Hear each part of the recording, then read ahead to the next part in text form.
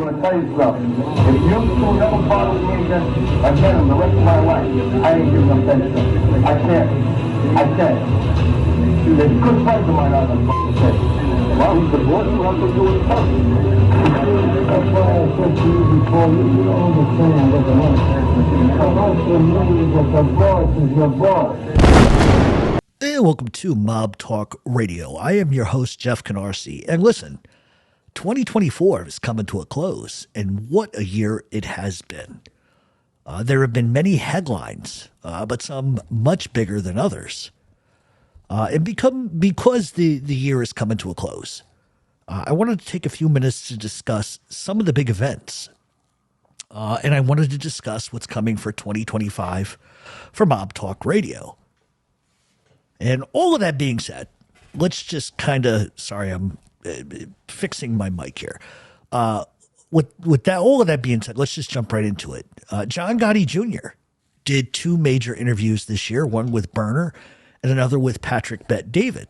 And both interviews were in-depth, honest, and forthcoming. And I think the interviews with Patrick Bet-David put a lot of the rumors and vicious viewpoints to rest. I think that is probably one of the best interviews that John Gotti Jr. has ever done. And whether or not you like John Gotti Jr. or whether or not your opinion meshes with the masses or not, what you cannot say about that interview is that it wasn't brutally honest and upfront. People have a tendency not to like honesty. That's just the way the YouTube universe kind of works. So, John didn't back away from a single thing in that interview. And of course, he fired a shot across the bow at Joey Merlino after Joey instigated a war of words with that doughboy sitting next to him they call Little Sniff, calling John Gotti Jr. a rat. And what is interesting about that, more so than not, was that he was an active mafia boss on YouTube. And the streets of New York see that as a rat move too. So once again, it's more hypocrisy from the horse jockey.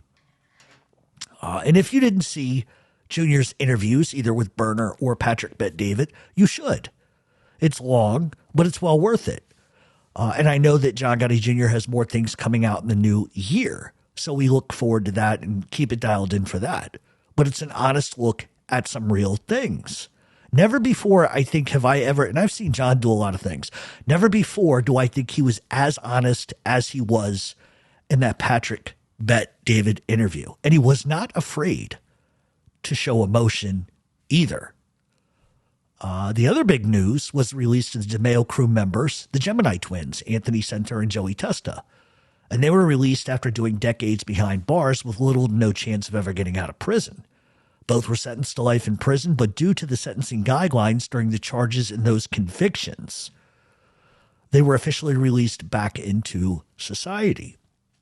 Anthony went back to Brooklyn to finish out his halfway house duties, and Joey Testa requested to be sent to Las Vegas, far away from the streets and the hustle and bustle in New York, to live out the rest of his days.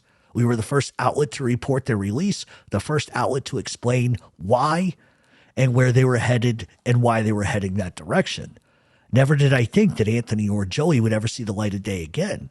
But a lot of these guys have, that have been released thus far, I didn't think ever had a shot of getting out. It's the year of the compassionate release. Joey Massino, former boss of the Bonanno crime family and informant, passed away after laying low for the last decade and a half or so in hiding. And that was a big pivotal sort of moment. And as I said, there has been so much that has transpired over the last year. It's almost crazy. It's been really, truly one of the more busier years in organized crime. Both myself and R.J. Rogers came out with books. Mine was a quick bestseller a couple of days out of the gate, and I'm sure R.J. is well on his way right behind me and surpassing me. And while both books are incredibly different, I consider both of the books to be an overwhelming success, regardless of what you people think. A lot of people say they want to write a book and they never do. So the process for that is long and tedious and very aggravating. But both of us released books within 2 weeks of one another, and I cannot be more proud of myself and RJ at the same time. We are, both of us, in different spheres than most mob content creators. And I also have to say, he was one of the inspirations for me finishing my book because he showed me a format and a way of how to do it. Just get it done. Just get it done. And that's why I thanked him in my book. And that's why I thank him for everything he helps me with. I truly believe sitting here, and this may, inflame some people or whatever the case may be, but I truly believe that the best mob content creators in this genre are myself, RJ, Jacob Stoops, Tom LaVecchia, and yes, Jeff Nadeau. I may not always agree with Nadeau. He may drive me crazy, but I think of the names I just mentioned, we're the best that there is on YouTube. You're not going to get any better. Everybody else, nothing personal. They just don't cut it. They just don't cut it. And I don't care what imaginary stats you want to come up with. It's about content, and it's about the knowledge that goes into that content. And listen, we all get stuff wrong. So that's not to say that everybody's perfect. And each of us, me, Tom LaVecchia, Jacob Stoops, and Jeff Nadeau and RJ, we do different things, but we each bring our own knowledge. We may disagree at times, but at the end of the day, I have always tended to agree with what RJ has said. If we could just find common ground, drop the egos, and support each other, and just do maybe one big thing together, I think it would benefit everybody. There is more strength in being together than nipping at each other's heels. And maybe the new year will bring that. You never know. It wouldn't take a miracle. It just takes some understanding. And perhaps the biggest news of this year was what happened with Joey Merlino. Not since 1964 has an active mob boss ever been shelved.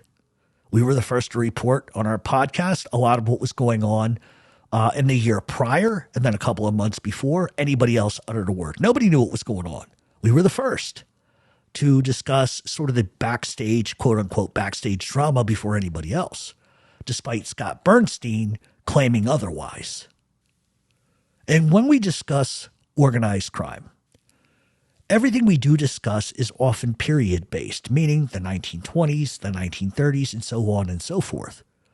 However, what we have never seen, not since 1964, is the mafia react before in a way that was so public and so upfront, even though it really wasn't technically public.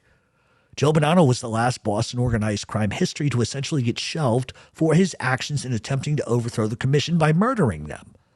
And while we always talk about the evolution of organized crime, it doesn't always evolve in an upward trajectory. Sometimes the mob trajectory goes downward. It's the ebb and flow of organized crime. The court of public opinion is simply that. It always will be. However, I don't think many realize the gravity of the situation either. While the mob often would rather make decisions in the darkness, the dark, soundless closets and basements, this decision was made almost publicly, even if it really wasn't.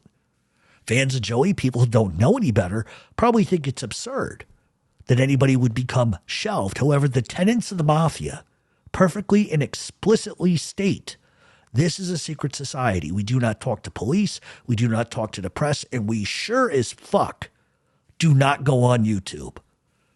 It's a bad look for the organization. It's insulting. It's self-grandiose. And it's very self-fulfilling. It's stroking one's own ego. Organized crime is supposed to be about the conglomeration, the group, the family. In this case, it became about one man's desire to be recognized as a fucking celebrity, much in the same way that you people chastised John Gotti. You made claims that John Gotti courted the press. He didn't. He simply just refused to hide. This situation that we're talking about was the polar opposite. Joey clamored for the spotlight. He clamored for the notoriety, and he wanted the fame. And as a result, his own peers were disgusted by his solitary, selfish actions. And it's a lesson. It's a history lesson you're watching as it happens. You're going to be hard-pressed to find another organized crime boss such as Carlo Gambino or Tommy Lucchese, who were so proficient in running a Fortune 500 company of criminality. These were men who didn't need the fancy cars or the $4,000 sweater that looked like a kid had explosive diarrhea on it. They simply lived within their means that kept them in their own homes instead of on the front page of the paper or behind the wall. With the responsibility of being a boss in any career, you have to have due diligence to keep yourself in check. And for Joey, he could never control his own ego or his desires, and that is why the mafia threw him out on his ass. Mob traditionalists will tell you there are a set of rules. There are a set of rules that you live by, you breathe by, you coexist within the shadows of power.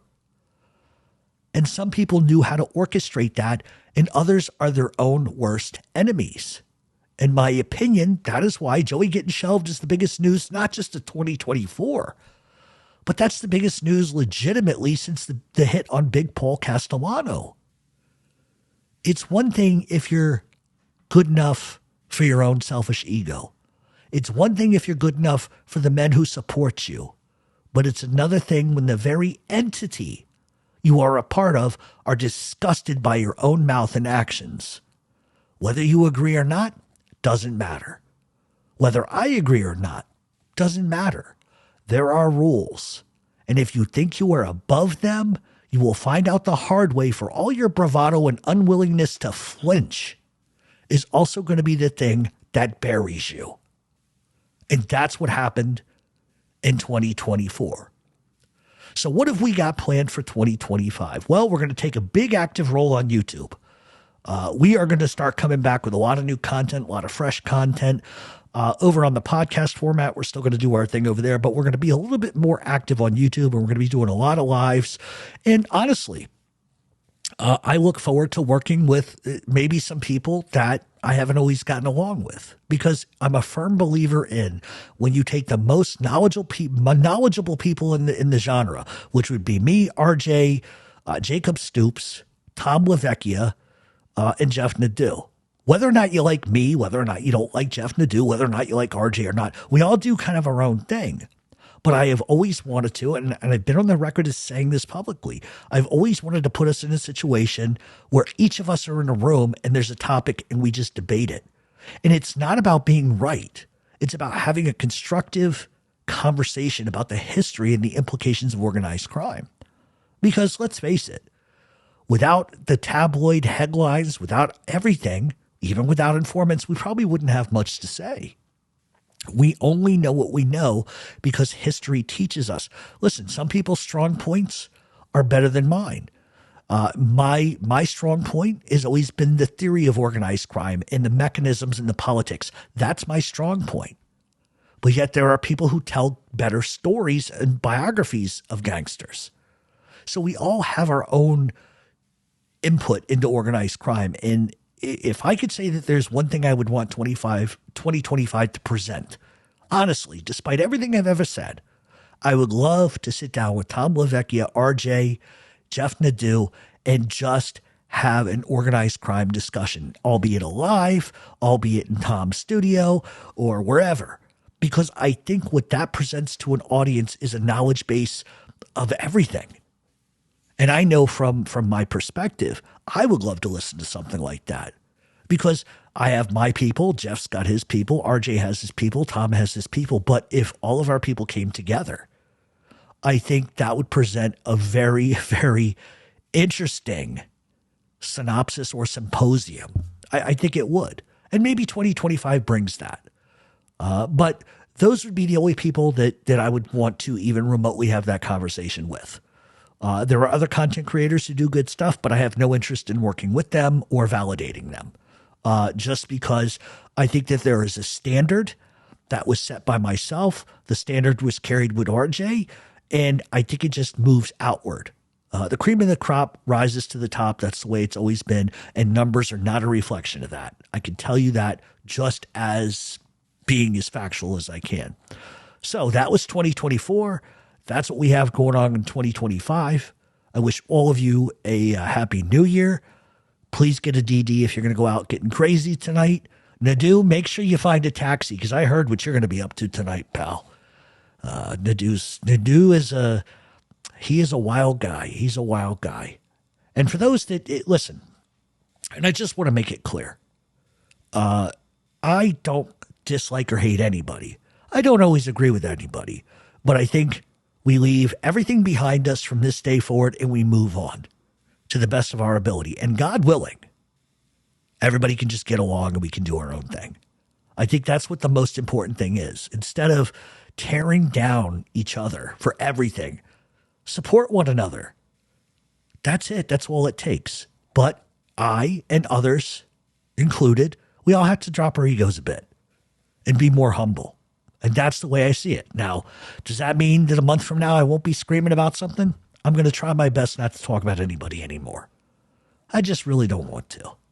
I've been here a decade. I'm established. Other people are laying their feet into the ground. And it's just about content. It's just about content. But like I always say, the most important thing, if you don't take anything from what I just said, the most important thing is not our opinions. It's the knowledge. We can disagree on whether or not it's going to rain or not. But none of us are going to disagree on how Carlo Gambino became boss. And that's what should be important. You know? And it is what it is. I'm a more giving Jeff Canarsie this year. How about that? That would be exciting. Anyway, be safe, get a DD, and we'll see everybody soon.